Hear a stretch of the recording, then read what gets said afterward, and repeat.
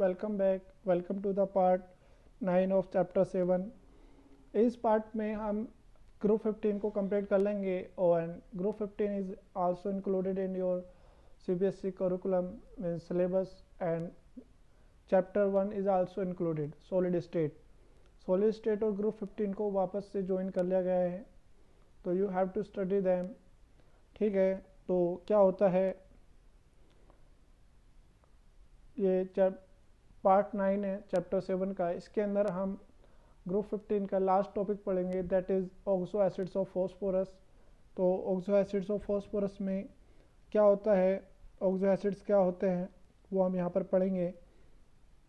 तो आप देखेंगे ऑक्सो एसिड्स वो होते हैं जिसमें फॉस्फोरस पहले ऑक्सीजन से, फिर वो ऑक्सीजन हाइड्रोजन से जुड़ा हुआ होता है। तो ऐसे एसिड्स, ऐसे कंपाउंड्स को हम क्या बोलते हैं, हम ऑक्सो एसिड्स बोलते हैं।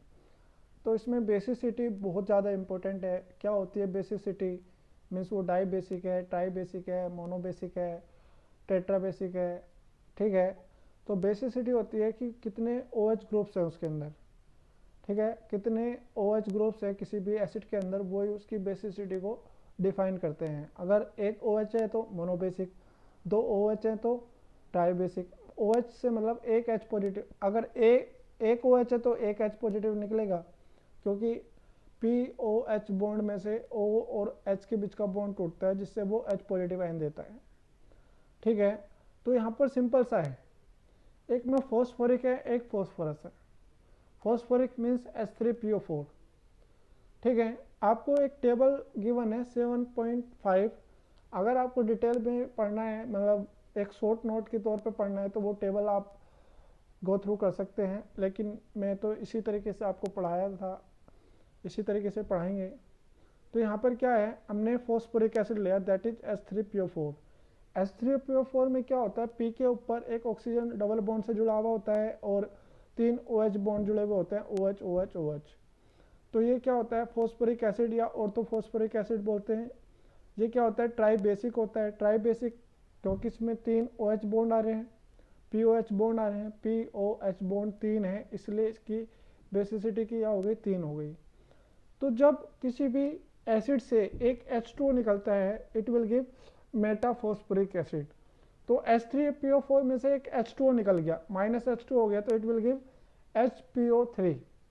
तो HPO3 में क्या आ गया, मेटाफॉस्फोरिक एसिड। मेटाफॉस्फोरिक एसिड में भी फॉस्फोरस की ऑक्सीडेशन स्टेट कितनी होती है, +5 होती है, और बेसिसिटी कितनी होती है, 1 होती है। और इसकी स्ट्रक्चर क्या बनेगी, P double bond O, P double bond O and single bond OH। लेकिन जब हम दो फॉस्फोरिक एसिड की यूनिट को कंबाइन करते हैं, उनमें से एक वाटर मॉलिक्यूल रिमूव कराते हैं, तो आपको क्या मिलेगा, जो PP है उनके बीच में एक ऑक्सीजन आ जाएगा और एज इट इज रहेगा, तो आपको मिलेगा H4P2O7। इसमें भी फॉस्फोरस की ऑक्सीडेशन स्टेट कितनी रहेगी, +5। लेकिन इसकी बेसिसिटी कितनी हो जाएगी, 4, क्योंकि यहाँ पर 4 OH बॉन्ड है। और जब दो यूनिट को मिलाकर उनमें से एक वाटर मॉलिक्यूल रिमूव कराते हैं, दैट इज कॉल्ड पायरो। तो पायरो वर्ड कब यूज आता है, कि जब हमने दो एसिड लिए और उसमें से एक वाटर मॉलिक्यूल को रिमूव करा दिया और दो PP आपस में एक ऑक्सीजन के थ्रू अटैच्ड हैं, तो ऐसे एसिड को हम बोलते हैं pyro. Pyro phosphoric acid, phosphoric acid से बने हैं तो इसलिए पायरो फॉस्फोरिक एसिड। तो पायरो वर्ड कब आता है, जब हम दो यूनिट ले किसी भी एसिड की और उनको आपस में ज्वाइन कराए और वहां से एक वाटर मॉलिक्यूल निकलेगा, तो क्या वर्ड आएगा, पायरो। मेटा वर्ड जब आता है जब एक वाटर मॉलिक्यूल निकलता है। ठीक है, याद रहेगा। और अगर हम फॉस्फोरिक एसिड में एक ऑक्सीजन ऐड करा दे, देन इट विल गिव पर ऑक्सो। ठीक है, पर ऑक्सो फॉस्फोरिक एसिड। इसका फॉर्मूला हो जाएगा H3PO5, और इसकी भी ऑक्सीडेशन स्टेट कितनी होती है, +5, और बेसिसिटी कितनी होती है, बेसिसिटी होती है इसकी 4 ही होती है, ये मैंने गलती से 5 लिख दिया, सॉरी। ठीक, 3 होती है बेसिसिटी। ठीक है, बेसिसिटी पर ऑक्सो फॉस्फोरिक एसिड का फॉर्मूला क्या होता है, H3PO5। यहाँ पर एक पर ऑक्साइड बॉन्ड होता है, मतलब ऑक्सीजन ऑक्सीजन के बीच में, यहाँ पर देख रहे हो आप, ऑक्सीजन ऑक्सीजन के बीच में बॉन्ड है, तो इसलिए इसको पर ऑक्सो फॉस्फोरिक एसिड बोलते हैं। लेकिन अगर पायरोफॉस्फोरिक एसिड में से भी एक ऑक्सीजन रिमूव हो जाए, तो it will give hypophosphoric acid. तो हाइपोफॉस्फोरिक एसिड का फॉर्मूला क्या होता है, H2P2O6। इसमें ऑक्सीजन की फॉस्फोरस की +4 ऑक्सीडेशन स्टेट होती है, बेसिसिटी कितनी होती है 4 होती है। तो it is the only oxo acid of phosphorus which have +4 oxidation state, otherwise all other oxo acids will have +5 और +3 ऑक्सीडेशन स्टेट ऑफ फॉस्फोरस। लेकिन ये ऐसा ओनली ऑक्सो एसिड है जिसके अंदर फॉस्फोरस की ऑक्सीडेशन स्टेट कितनी है +4 है। ठीक है, आया समझ में कि यहाँ पर फॉस्फोरस की ऑक्सीडेशन स्टेट कितनी है +4, किसमें हाइपोफॉस्फोरिक एसिड। हाइपोफॉस्फोरिक एसिड कैसे बनता है, पहले हमने पायरोफॉस्फोरिक एसिड बनाया, 2 यूनिट आपने कंबाइन करी, 1 वाटर मॉलिक्यूल रिमूव करा तो पायरो बन गया। पायरो में से एक ऑक्सीजन रिमूव करने के बाद जो आपको एसिड मिलता है that is called hypophosphoric acid H4P2O6 और इसकी बेसिसिटी भी कितनी होती है 4 होती है। ठीक है, अब हम बात करते हैं फॉस्फोरस एसिड। तो फॉस्फोरस एसिड या ऑर्थोफॉस्फोरस एसिड, तो ये होता है H3PO3। इसमें ऑक्सीडेशन स्टेट P की कितनी होती है +3 होती है और बेसिसिटी कितनी होती है इसकी 2 होती है। बेशक इसके अंदर 3 हाइड्रोजन एटम है H3PO3, लेकिन बेसिसिटी कितनी है इसकी 2। क्यों है 2 बेसिसिटी, क्योंकि 2 ही OH बॉन्ड है। ठीक है, तो यहाँ पर जब हम एक फॉस्फोरस एसिड से एक ऑक्सीजन निकाल देंगे तो ये क्या देगा, ये हाइपोफॉस्फोरस एसिड देगा, दैट इज H3PO2।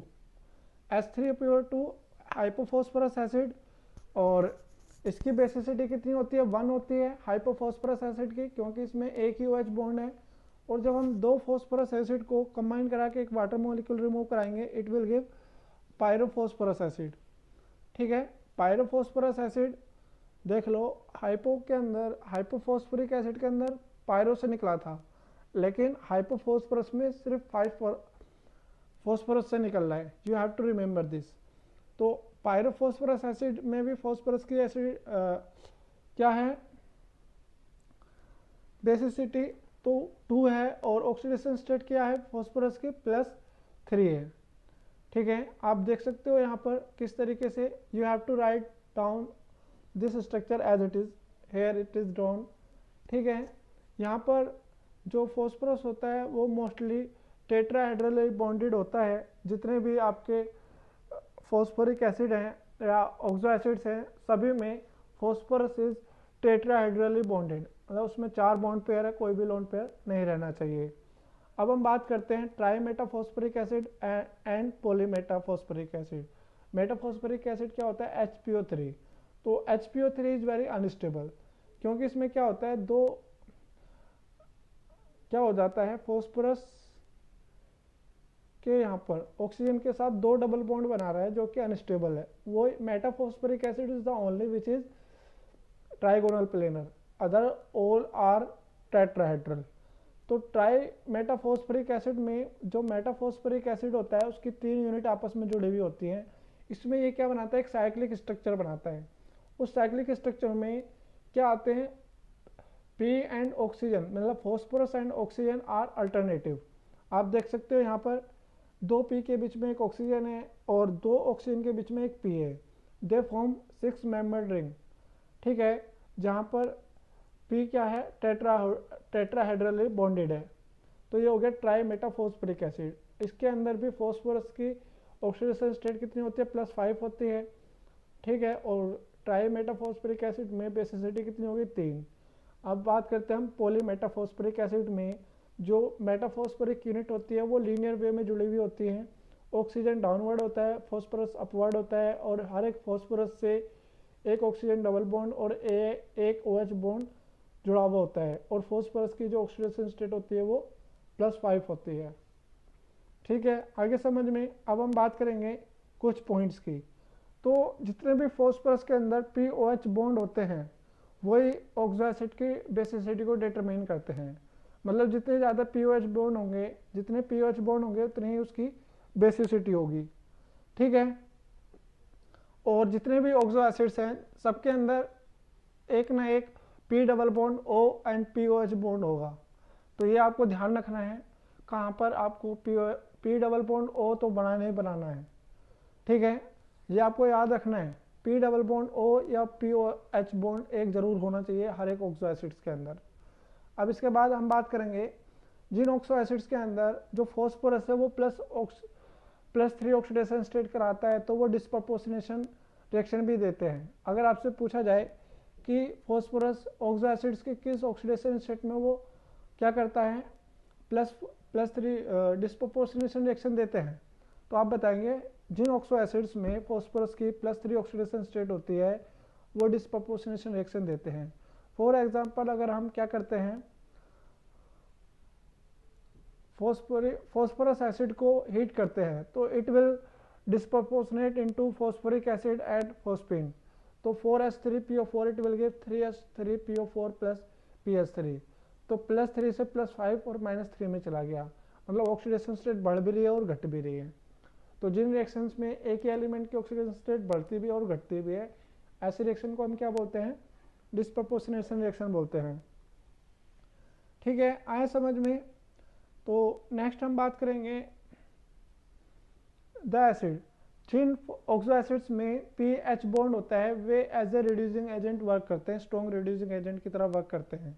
जैसे हाइपोफॉस्फोरस एसिड, हाइपोफॉस्फोरस एसिड में फॉस्फोरस के कितने हैं, वहाँ 2 पीएच बॉन्ड है, तो ये AgNO3 को Ag में क्या कर देते हैं, रिड्यूस कर देते हैं। आप देख सकते हो 4AgNO3 + 2H2O plus H3PO2 it will give 4Ag plus 4HNO3 plus H3PO4, तो यहाँ पर इन्होंने Ag को Ag पॉजिटिव में रिड्यूस कर दिया।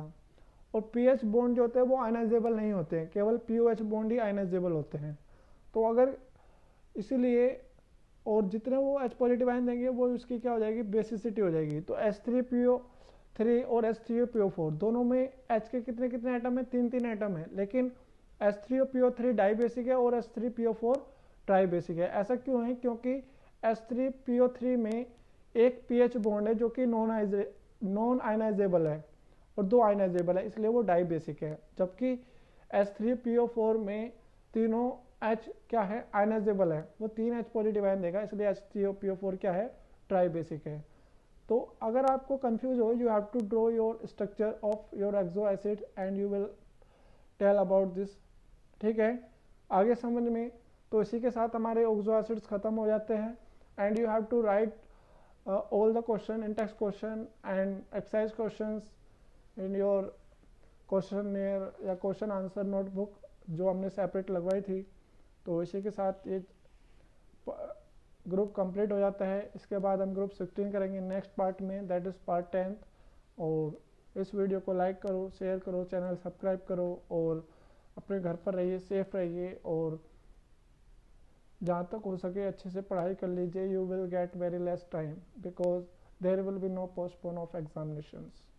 ठीक है, एग्जामिनेशन में जो रिवाइज शेड्यूल आया उसमें पढ़ाई का टाइम घटाया गया है, सिर्फ सिलेबस और बढ़ा दिया गया है। तो you have to study more seriously. Okay, thank you, bye.